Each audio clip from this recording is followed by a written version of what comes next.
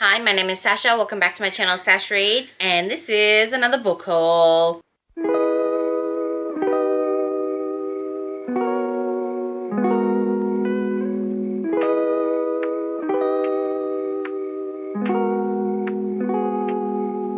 Yes, I've got lots of books here. So let's just talk about them. I think this is most of what I've acquired since Babe, I believe. Hopefully I've done it all correctly. But if not, that's okay.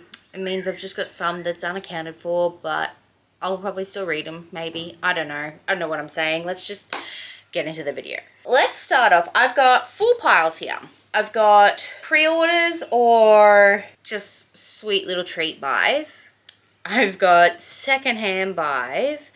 I've got special editions, and I've got gifted / publisher sent me mail. So I think I'll start off with the pre-orders / sweet little treats because I had a fun time.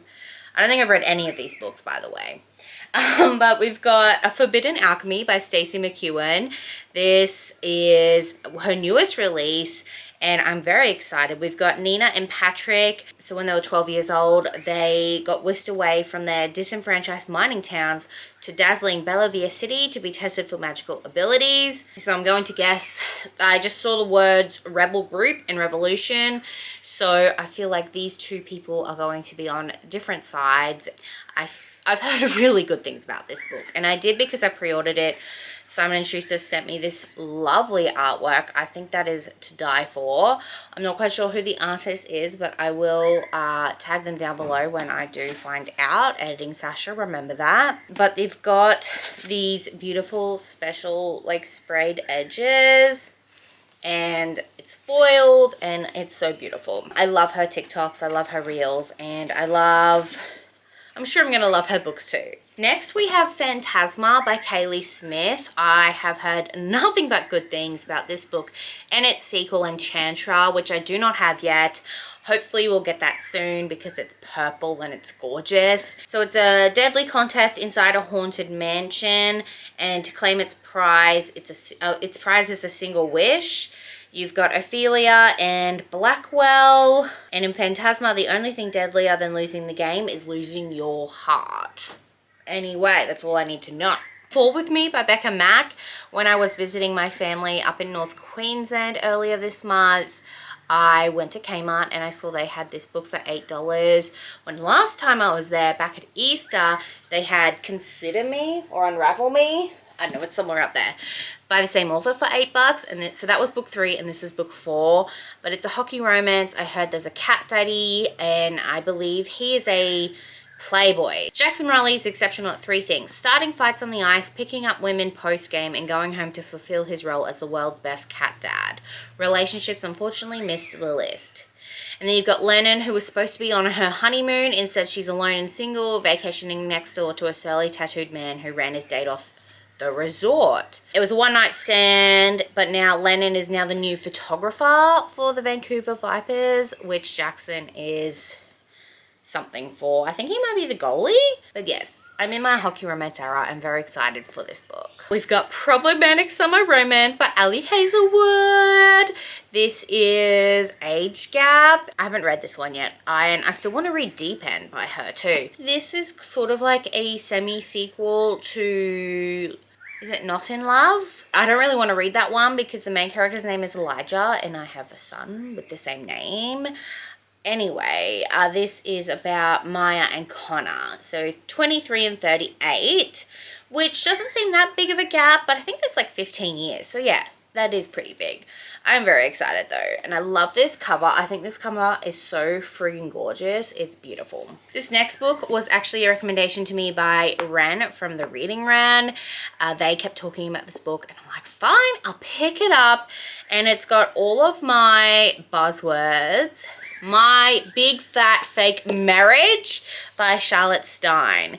So fake marriage, fat, and look how like cute those two are. They look so in love. I'm loving it. So you've got Connie and Henry. They're on a writing retreat together, but he's been single all his life, but somehow seems to have been told everyone at work that he's married. Silly Beck.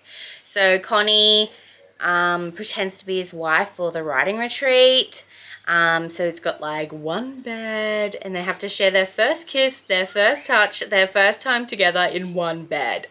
So I have a feeling I am going to love it. I also picked up Hannah Bonham Young's Out of the Woods. I got this because I've been saying this for years now. I want to do a Taylor Swift vlog where I read books with her song titles as book titles.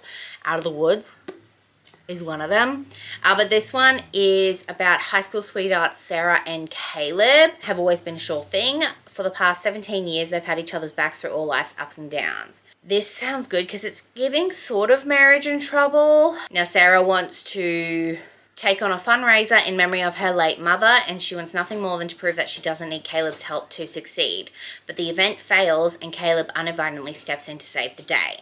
So are they truly the same people they were when they got married at 19? Are they supposed to be? So they join a grueling week-long hiking trip intended to guide couples through rough patches. I probably would divorce my husband immediately if he suggested to go on a week-long hiking trip together. Jesus. Can two nature-averse people fight their way out of the woods in order to find their way back to their roots? This is so good. I'm so excited. This next one is an indie book I found at my local Dimmicks, and I was talking to the cashier, and she said I'll ask the boss to order it in.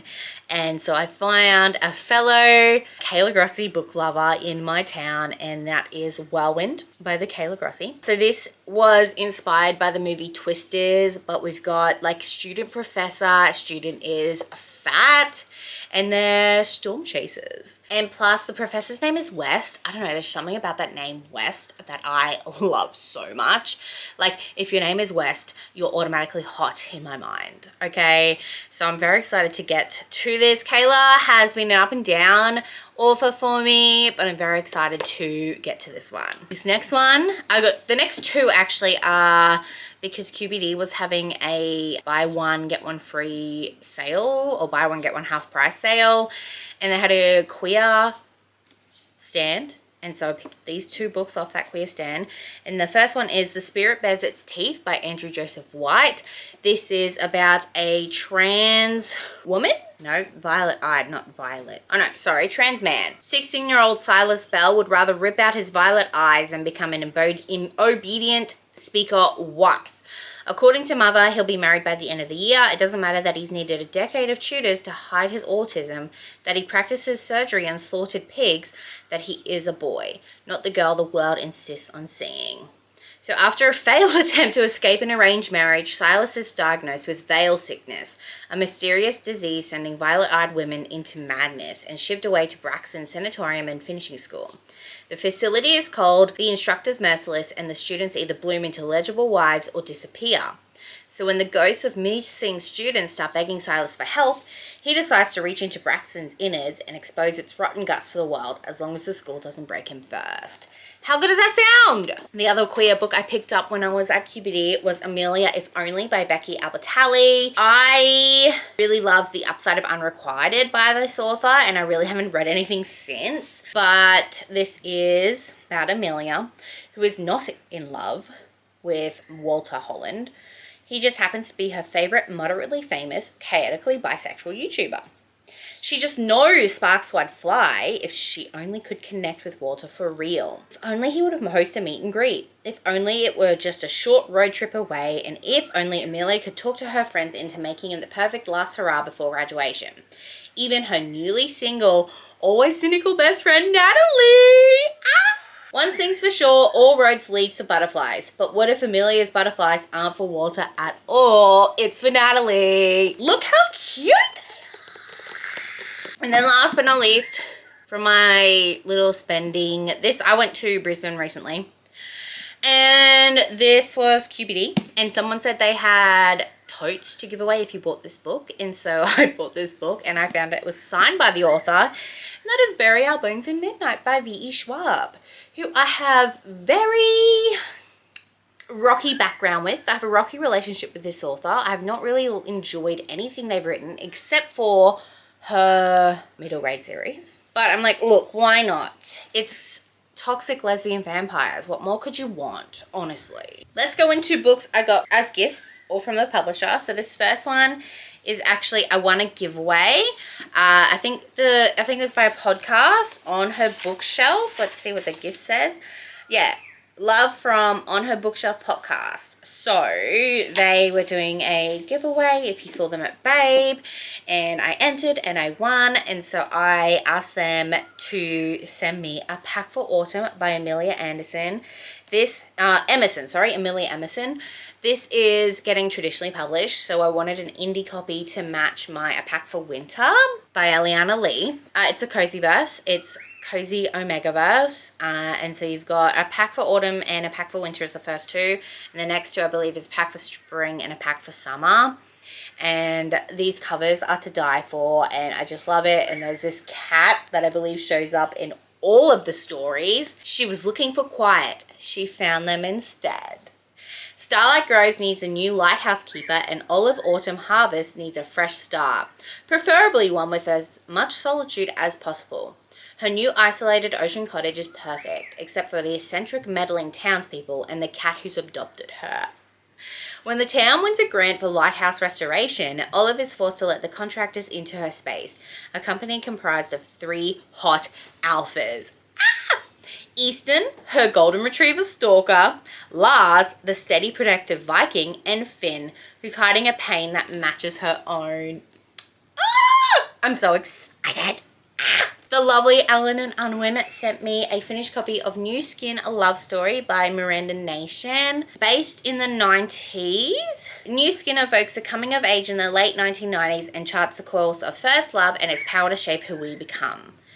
So this is an Australian author, and it is about Alex and Leah who met at medical school, and they form an immediate and intense connection. Over the course of 4 years, they are caught in the push-pull of passion and betrayal, longing and reunion. Neither can quite give up the relationship, even as they question whether they are good for each other. Years later, when Alex and Leah are drawn together once more, will they make the right choice? So I'm very excited to start this. I have a vlog idea brewing for this one, so keep an eye out for that. Not sure when it's going to happen. Probably, I want to do it next month, but I don't think it's going to happen next month. Or it could, because this is August next month. Last but not least, from Alan and Unwin, they sent me Moonlight and Dust by Jasmine McGoffey.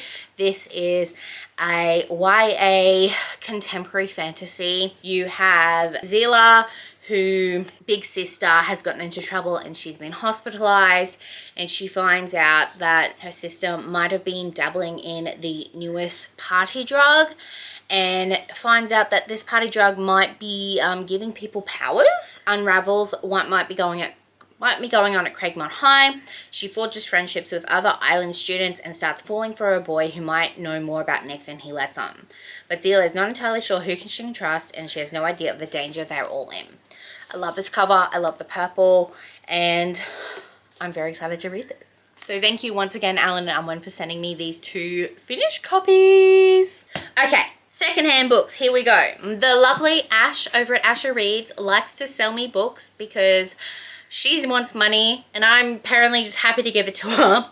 So I got the indie copies of Alive and Wells and Seeing Red by Bailey Hannah. Seeing as they are now traditionally published, I won't be able to get the 3rd book in the series in these copies, but that's okay. These are cowboy romance. Alive and Wells is, it looks like it's a workplace romance because he is her boss. And it looks like it's Grumpy Sunshine. And then Seeing Red, look, that's given me Unexpected Baby. Got Cassidy and Red. Duh. He's had a decade-long crush on Cassidy. He's more than willing to go along with her plan. One night together, then they'll never talk about it again. Until 2 big lines threatens Cassidy's rulebook. I love that trope in Heartless, but I don't feel like it's exactly the same. I think Reckless is more like that, but I haven't read Reckless yet. So I feel like once I read Reckless, I think I might love this too. I was at my local Lifeline bookshop and I found these 2 amazing, great condition hardcovers of Shauna Maguire's Every Heart a Doorway and Down Among the Sticks and Bones. There's like 10 books in the series, and I found these for like $3.50 each. what a bargain, right? I have read this one. I haven't read this one yet, but this is about people who, or children mainly, who go through a portal and they come back. They're having trouble existing in the real life, and so they come to this place called Eleanor West Home for Wayward Children. And yeah, they have a bunch of different characters, bunch of different stories. Went to Ipswich the other day and they have a lifeline in their shopping centre, which is so cool. I wish my town would do that. But I found really good condition copies of Boyfriend Material and 10 Things That Never Happened by Alexis Hall. I know this is books 1 and 3 kind of, but I read this one earlier this year and really enjoyed it, so I'm glad I have a copy that's in really good condition, and it's like hefty and floppy, and I think this is in the same universe, but it's about different characters. So, but as you can see, I got them for $2 each. What a bargain. But this is Feeling Like Grumpy Sunshine. We've got Fake Amnesia, Real Feelings, Real Problems. Part of the London Calling extended universe. Now yesterday I went into Lifeline, a different Lifeline, looking for something else entirely, and just wandered over to the books, and I found 4 that have been on my radar. First, we've got Archangel's Consort by Nalini Singh. This is the 3rd book in the Guild Hunter series. I believe I have Angel's Blood and Archangel's Kiss already, so this is the 3rd one, and I'm seeing Nalini Singh at Rare in October. So I'm hoping to read these 3 before I meet her and get her to sign them for me. I found the small copy of Happy Place by Emily Henry.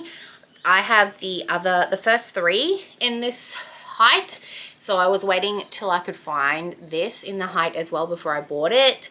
I have a feeling I'm actually going to like this one, and compared to everyone else hating it, because I did not like Funny Story, but I did like Book Lovers. I have a feeling that I don't like the popular ones, but I will like the unpopular ones. Does that make sense? But I know this isn't really a happy book, even though it's called Happy Place. I've heard it's a very sad book. Harriet and Wynne are the perfect couple. Every year they take a holiday from their lives to drink far too much wine with their favorite people in the world, except this year they're lying through their teeth because Harriet and Wynne broke up 6 months ago and they still haven't told anyone.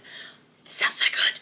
So good. Also picked up The Mothers by Britt Bennett. I still have to read The Vanishing Half this year, but The Mothers, I think, is the first book. I know, what a weird thing to say. Like, I don't know why I'm telling you the story, but it's the first book that I got a fine from my library for because I took too long to give it back. I did give it back and the fine was wiped, but I still haven't read it. And it's about mothers and motherhood, and I did enjoy what I read, I remember, I think. It's a book about community and ambition, love and friendship, and living up to expectation in contemporary Black America.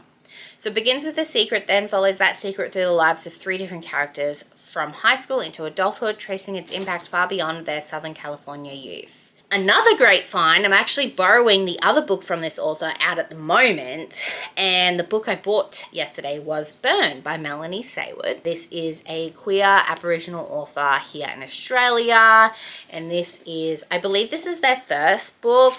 She's a proud descendant of Bigambul and Waka Waka peoples. Oh, she's based in Ipswich. Cool. So yeah, Burn is her first novel. When a tragic bushfire puts 2 kids in hospital, Indigenous teenager Andrew knows the police will come after him first. But Andrew almost wants to be caught, because at least it might make his dad come and rescue him from suburban Brisbane and his neglectful mother.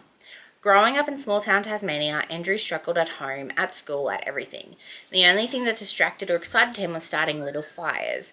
Flames boosted his morale and purified his thoughts, and they were the one part of his life he could control. Until one day it all got out of hand, and Andrew was forced to leave everything behind.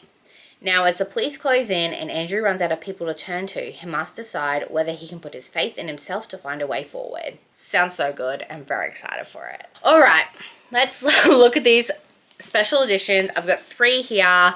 So 2 actually to get secondhand, but 1 is from a book box. I was able to get The Shadows Between Us and The Darkness Within Us for $60 for both of them.